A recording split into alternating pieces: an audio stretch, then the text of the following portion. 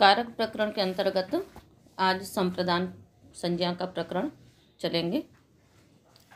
पहला सूत्र है कर्मणा यम अभिप्रैति ससंप्रदानम।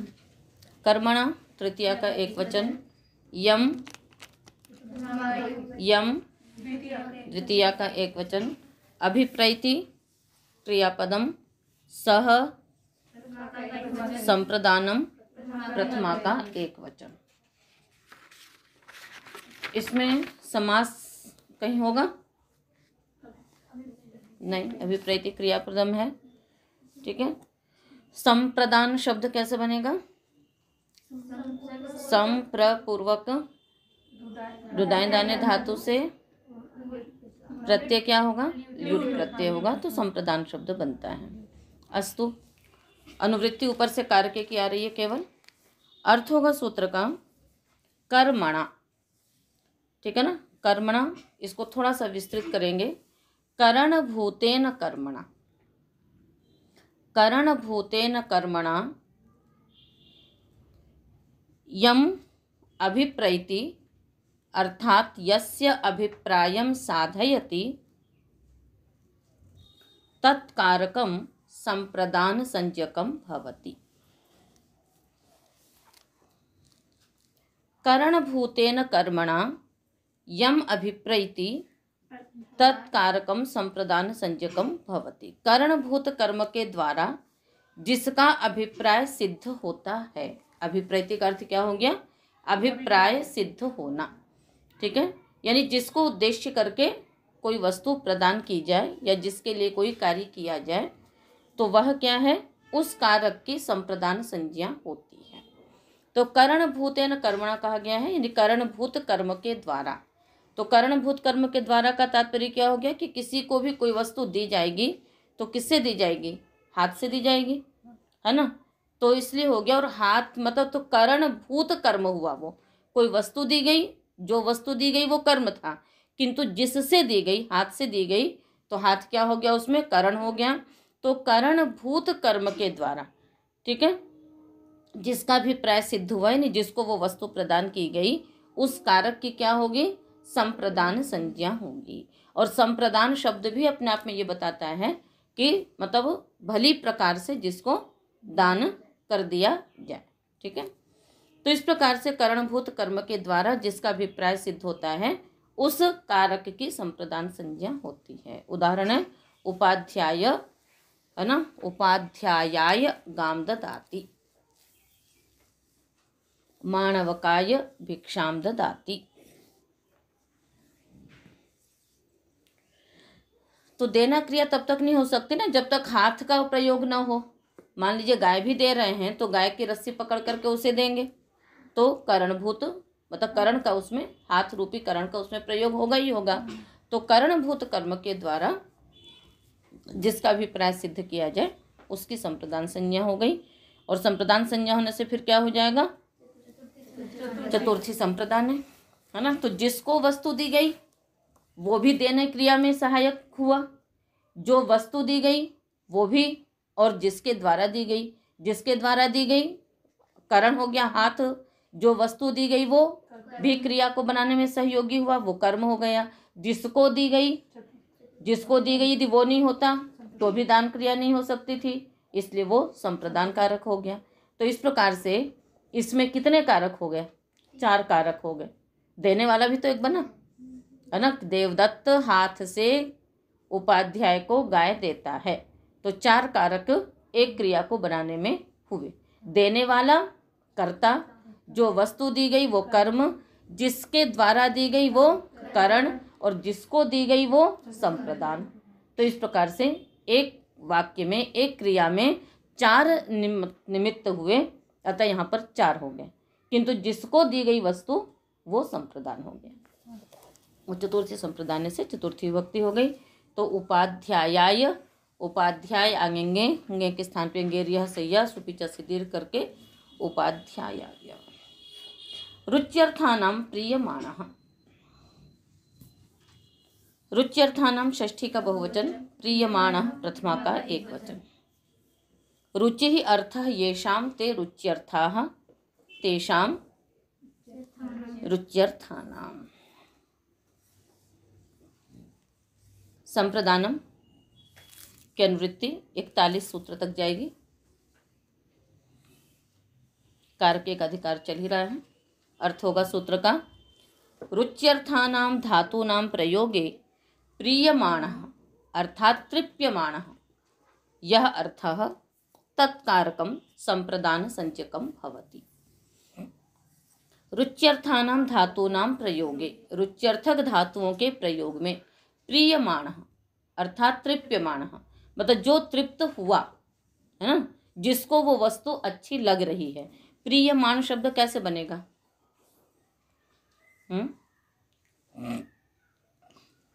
प्रीयमाणः शानच प्रत्यय हुआ इसमें। क्या प्रत्यय हुआ इसमें? शानच प्रत्यय हुआ। ठीक है ना। प्रींग प्रीणने धातु है और शानच हुआ, वो भी कर्मवाच्य में। जब कर्मवाच्य में शानच होता है तो क्या आ जाता है? सार्वधातु के यक से यक आ जाएगा, क्योंकि शानच शित है ना। तो क्षत्रिय और शानच में जो जो विकरण होते हैं वो आया करते हैं। तो जब कर्तृवाच्य में होगा तो जिस जिस गण की धातु है वो विकरण आता है, और कर्मवाच्य में सार्वधातु के यक से यक विकरण आता है। तो प्री आगे शानच यक आ गया तो प्रिय शान, फिर आने मुख, उससे मुकागम होकर के प्रियमान। तो जो प्रियमान, जिसको वो वस्तु अच्छी लग रही, जो उससे तृप्त हो रहा है, उसकी संप्रदान संज्ञा होगी। जैसे देवदत्ताय रोचते मोदकः, देवदत्त को लड्डू अच्छा लगता है। तो जिसको अच्छा लग रहा है, प्रियमान कौन है? किसको अच्छा लग रहा है? देवदत्त को, इसलिए देवदत्त की संप्रदान संज्ञा हो जाएगी। यज्ञदत्ताय स्वदते अपूपः, अपूपः मने, अपूपः मने पुआ, मालपुआ खाया ना। तो वही, तो यज्ञदत्त को मालपुए अच्छे लगते हैं। तो स्वदते का अर्थ भी वही हो गया, रोचते का अर्थ वही हो गया।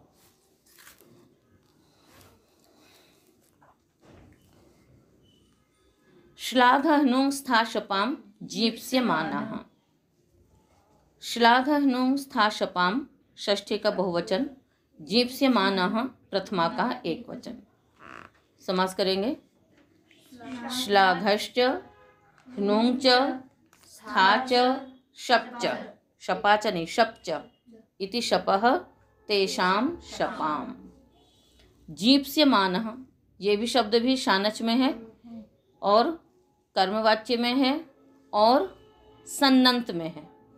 जीप सती बनता है, ज्ञान श्रू स्मृति शाम सना में सिद्धि पढ़ी थी आपने, ज्ञान तो मिच्छति, जीप सती बनता है। और सन से यहाँ पर क्या हुआ? शानच हुआ कर्मवाच्य में, तो क्या बन गया? जीप्स्यमान।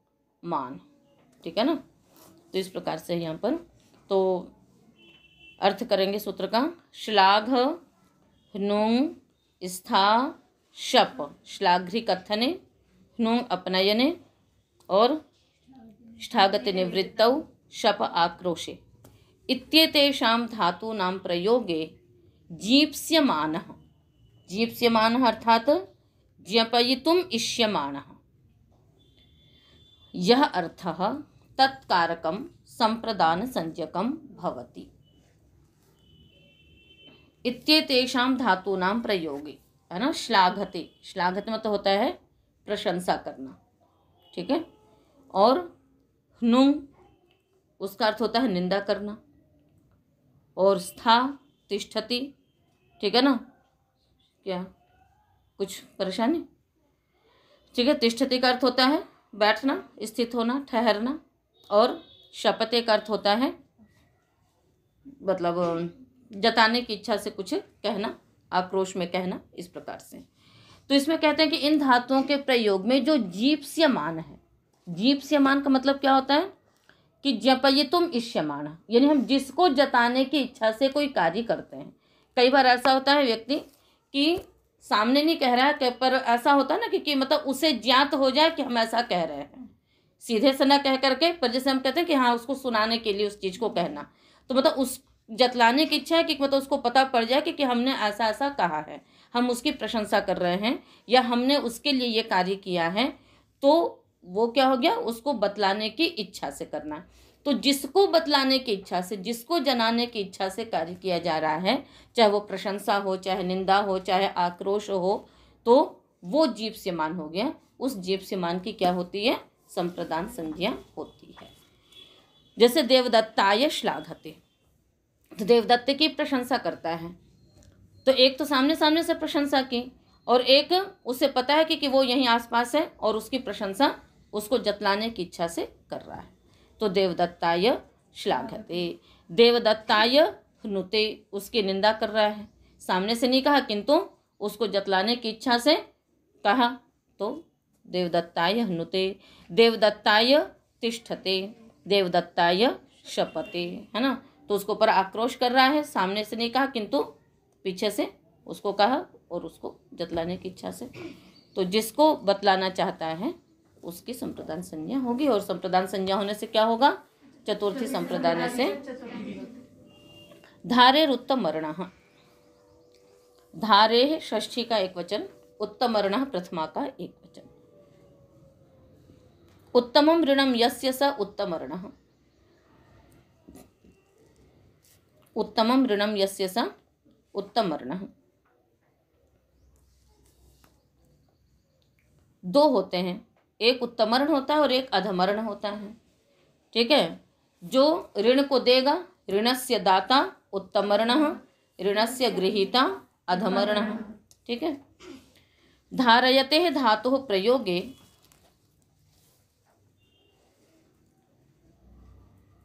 यह उत्तमर्ण तत्कारकम संप्रदान संज्ञकम भवति। धारी, ध्री धारणे धातु से णिच करके धारी शब्द बन जाएगा, धारी धातु बनेगी। तो धारयति का प्रयोग हो रहा हो तो उसमें जो उत्तमर्ण, उत्तमर्ण कौन होगा, जो ऋण देने वाला है, उसकी संप्रदान संज्ञा हो जाती है। ठीक है, उदाहरण है जैसे देवदत्ताय शतम धारयति यज्ञ दत्तः। तो यहाँ पर देवदत्त ने यज्ञ दत्त को रुपए दिए, तो देवदत्त कौन हो गया, उत्तमर्ण हो गया। और धारयति का प्रयोग हो गया कि यज्ञदत्त देवदत्त के 100 रुपये उधार लिया हुआ है। तो इस प्रकार से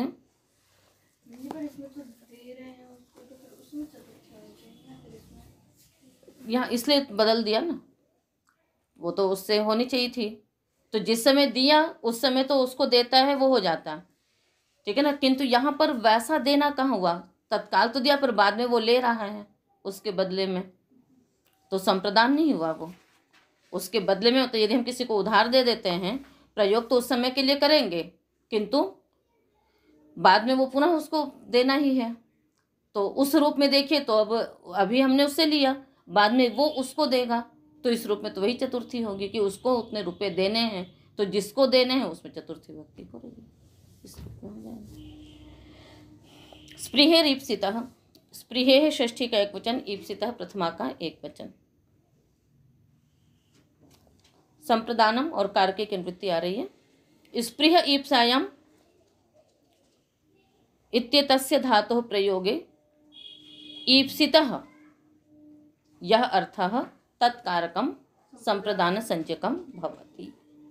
स्पृह धातु के प्रयोग में, स्पृह ईप्सायाम धातु है, इस धातु के प्रयोग में जो ईप्सित है, जो अभिप्रेत है ना। क्या पेन चाहिए तेरे को, ठीक है ना।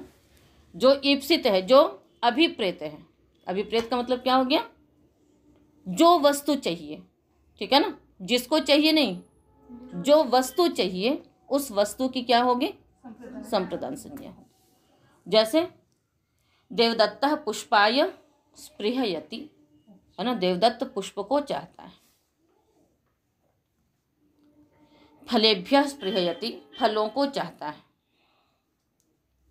तो यहाँ पर चाहना यानी उसकी लालसा करना, फूलों की लालसा करता है, फूलों को चाहता है। तो जो ईप्सित है, जो वस्तु चाह रहा है, उसकी संप्रदान संज्ञा हो जाएगी, यानी उसके लिए उसकी इच्छा है एक प्रकार से, इसमें हो जाएगा। चलें आगे। क्रुध द्रुहेर्ष्या सूयार्थानाम यम प्रतिकोपः।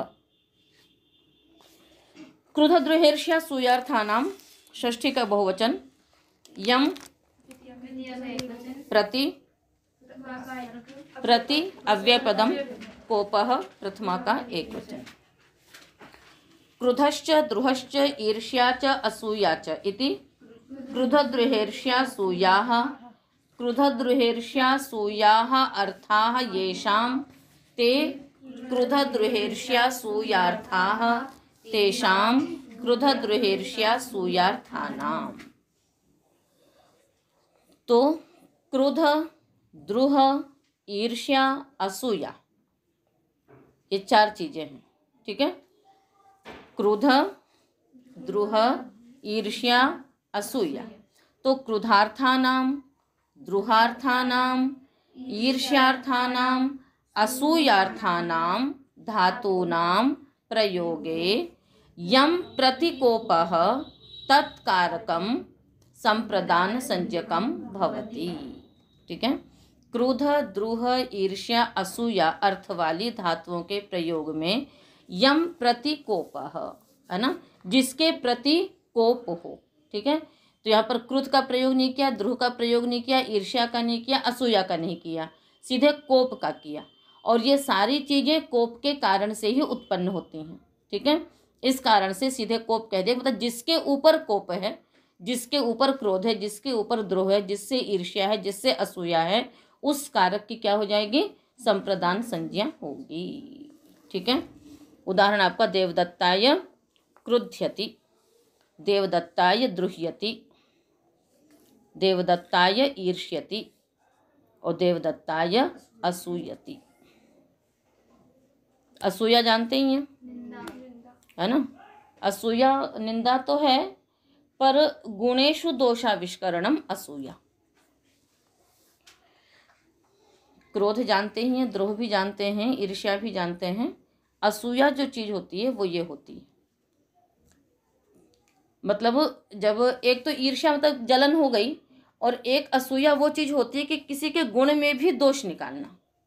ठीक है ना, है गुण किंतु उस गुण की भी क्या करना? निंदा करना, उसमें भी दोष निकाल देना। तो गुणेषु दोषाविष्करणम असूया। ठीक है, तो और इन सब की जो उत्पत्ति है वो होती तो किससे है? कोप से ही है, क्रोध से ही है। पुनरअपि ये सारी चीजें अलग अलग अवस्थाएं हैं। तो इन सब में जिसके प्रति क्रोध हो रहा है उसकी संप्रदान संज्ञा हो गया और उसमें चतुर्थी विभक्ति हो जाती है। क्रुध द्रोह और उपसृष्टयोः कर्म। क्रुध द्रोह षष्ठी का द्विवचन, उपसृष्टयोः षष्ठी का द्विवचन, कर्म प्रथमा का एक वचन। ठीक है, तो क्रुध द्रोह समास कर लीजिए। क्रुधश्च द्रोहश्च इति क्रुध द्रोहौ तयोः क्रुध द्रोहोः। और यम प्रतिकोपः की अनुवृत्ति आ रही है। अर्थ होगा सूत्र का उपसृष्टयोः अर्थात सोपसर्गयोः। उपसृष्टयोः का अर्थ क्या हो जाएगा? सोपसर्गयोः क्रुध द्रोहोः प्रयोगे यम प्रतिकोपः तत्कारकम कर्म संज्ञकम भवति। उपसृष्टयोः अर्थात सोपसर्गयोः, जब क्रोध और द्रोह धातुओं का प्रयोग सोपसर्ग होगा, उपसर्ग सहित होगा, तब यम प्रतिकोपः जिसके प्रतिकोप उत्पन्न हुआ है उसकी क्या हो जाएगी? कर्म संज्ञा हो जाएगी। उस समय उदाहरण बनेगा, और कर्म संज्ञा होने से क्या होगा? कर्मणि द्वितीया से द्वितीया विभक्ति हो जाएगी। तो देवदत्तम अभिक्रुध्यति, देवदत्तम अभिद्रुह्यति। देवदत्त पर क्रोध करता है, देवदत्त से द्रोह करता है। तो जब कारक की संज्ञा बदली तो तदनुसार विभक्ति भी परिवर्तित हो गई। तो जब तक संप्रदान था तो चतुर्थी संप्रदान से चतुर्थी विभक्ति होगी, कर्म संज्ञा हुई तो कर्मणि द्वितीया से द्वितीय विभक्ति हो जाएगी। ठीक है, राधीक्ष्योर यस्य विप्रश्नः। राधीक्ष्योः षष्ठी का द्विवचन, यस्य षष्ठी का एक वचन, विप्रश्नः प्रथमा का एक वचन। राधिश्च ईक्षिश्च इति राधीक्षी तयोः राधीक्ष्योः। है ना। राध राध साध संसिद्धौ और ईक्ष दर्शनांग कनयो हो। धातुपाठ की आवृत्ति हो रही है कि नहीं हो रही है? कौन कौन कर रहा है? क्यों बाकी लोगों का हाथ क्यों नहीं उठा हुआ है? प्रतिदिन अष्टाध्यायी धातुपाठ उणादि कोश, ये जो पंचोपदेश हैं, इनकी आवृत्ति प्रतिदिन किया करिए। आ रहा है समझ में? क्योंकि धातुएं आपके दिमाग में जब होंगी, उनकी आवृत्ति करेंगी तो धातुएं आपके दिमाग में रहेंगी। तो कोई भी शब्द कैसे बन रहा है, कैसे निष्पन्न होता है, उसका ये अर्थ कैसे है, ये आपको आसानी से स्मरण रहेगा। आ रहा है समझ में? तो अष्टाध्यायी धातुपाठ उणादि कोश, इन सब की आवृत्ति प्रतिदिन किया करिए। एक भी दिन इसमें अनध्याय नहीं होना चाहिए। तो ईक्ष दर्शनांग कनयोः राध साध संसिद्धौ। अर्थ करेंगे सूत्र का। राधिक्ष्योः धात्वोः प्रयोगे यस्य विप्रश्नः, विप्रश्नः तात्पर्य विविधः प्रश्नः विप्रश्नः, ठीक है, तत्कारकम संप्रदान संज्ञकम भवति। राध और ईक्ष धातुओं के प्रयोग में यस्य विप्रश्न, यस्य अर्थात जिसके विषय में विविध प्रश्न किए जा रहे हों, उसकी संप्रदान संज्ञा होगी। ठीक है, उदाहरण बनेगा देवदत्ताय राध्यति, देवदत्ताय ईक्षति, देवदत्ताय राध्यति, यानी देवदत्त के विषय में हाँ बार बार पूछता है, उसके बारे में है ना पर्यालोचना करता है। देवदत्ताय ईक्षते, ठीक है ना।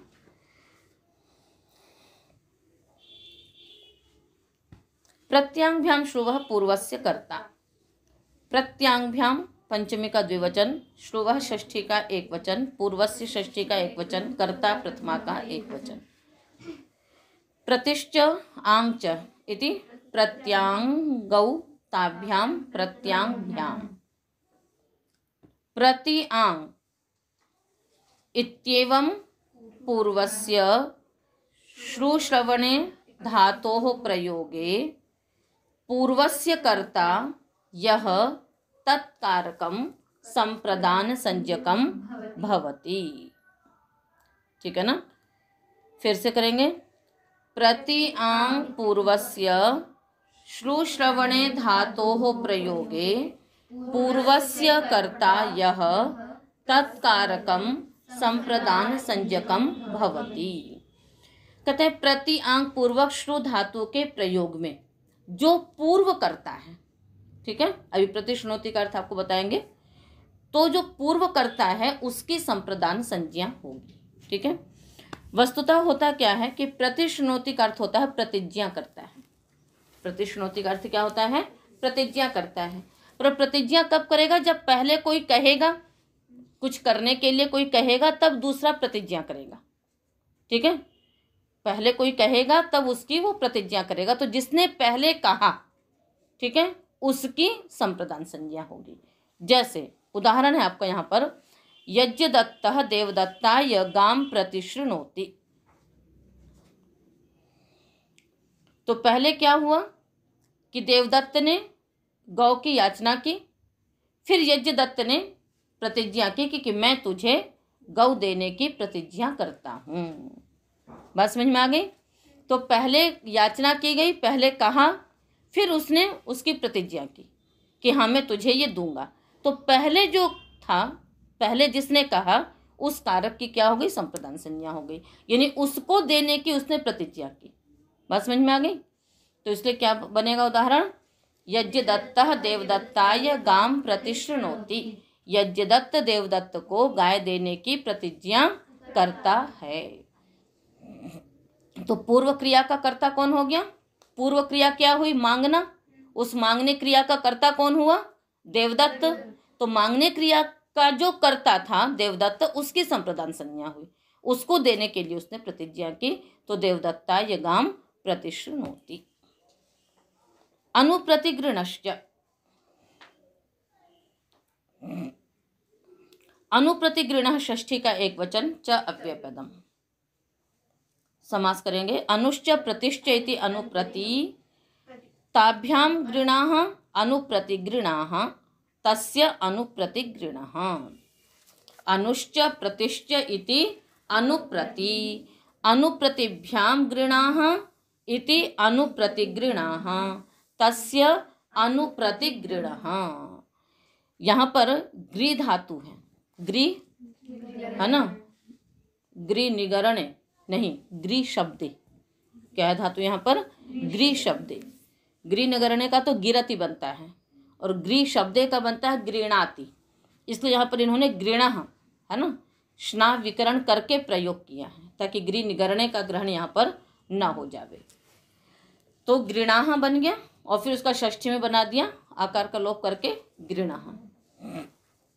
तो अनुप्रति ये कहाँ का है? ये ताभ्याम यानी अनुप्रति पूर्वक, तो ये पंचमी है, ये है ना। ताभ्याम गृणाः यानी ये पंचमी तत्पुरुष। कौन सा समास है ये? पहले द्वंद्व किया और फिर द्वंद्व करके पंचमी तत्पुरुष समास किया। तो अनुप्रतिभ्याम गृणाः इति अनुप्रति गृणाः। अर्थ करेंगे सूत्र का। अनुपूर्वस्य प्रतिपूर्वस्य च गृणातेः धातोः प्रयोगे। कहीं कहीं पर क्या होता है कि जैसे एक ही धातुएं दो गणों में है ना, कोई शप विकरण की भी है, श्नाव विकरण की भी है, तो वहां पर संदेह हो जाएगा कि यहाँ पर हम कौन सी धातु लें। जहां पर हमें ऐसा इष्ट होता है कि हम वो धातु किसी भी गण की हम सब जगह की धातु ले सकते हैं, तो वहां पर तो केवल धातु का निर्देश कर देते हैं। और कहीं कहीं पर क्या होता है, जैसे गृह धातु है तो दादिगण में भी है और क्रियादिगण में भी है। अब यहाँ पर संदेह होगा कि हम यहाँ पर तुदादिगण की लें अथवा क्रियादिगण की लें, तो हमें जिस गण की धातु लेनी होती है उस विकरण के साथ निर्देश कर दिया जाता है। ठीक है, तो यहाँ पर इसलिए श्नाव विकरण के साथ निर्देश किया ताकि क्रियादिगण वाली ही धातु ली जावे, गृह निगरणे जो खाने अर्थ में है वो वाली धातु न ली जाए। बात समझ में? इसलिए ऐसा होता है।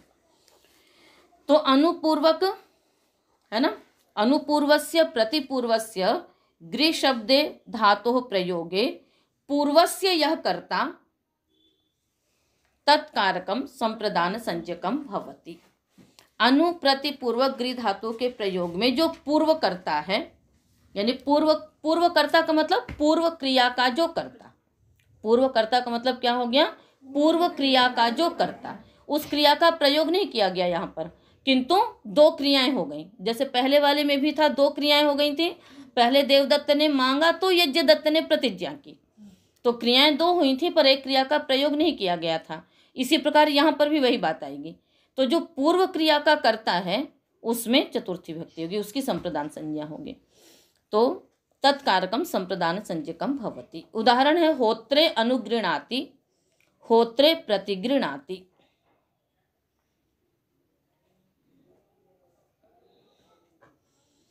ये जो उदाहरण हैं ये वस्तुतः यागों में होते हैं। ठीक है ना। तो वहां पर क्या होता है कि होता जो ऋग्वेद के मंत्रों का पाठ करता है उसको क्या बोलते हैं? होता बोलते हैं।